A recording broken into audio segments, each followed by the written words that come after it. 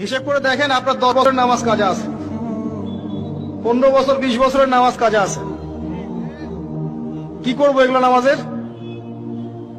আল্লাহর কাছে মাফ চাবো, ইনশাআল্লাহ আল্লাহ মাফ করে দিবেন, এটা একটা অপশন।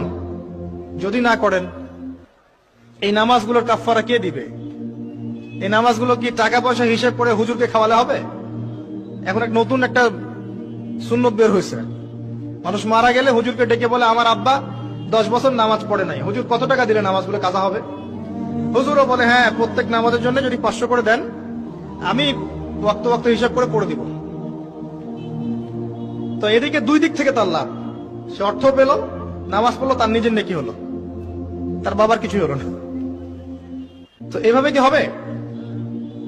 আদায় করতে হবে। আরেকটা সহজ বুদ্ধি আছে, একটা না দুইটা। আল্লাহ পাক আমাদেরকে তৌফিক দান করুন। জামাতে নামাজ পড়া। যখন আপনি জামাতে এক ওয়াক্ত নামাজ পড়ছেন, আপনি 25 বা 27 ওয়াক্তের নেকি পাচ্ছেন। এখানে আপনি ক্যালকুলেশন মিলাতে পারবেন।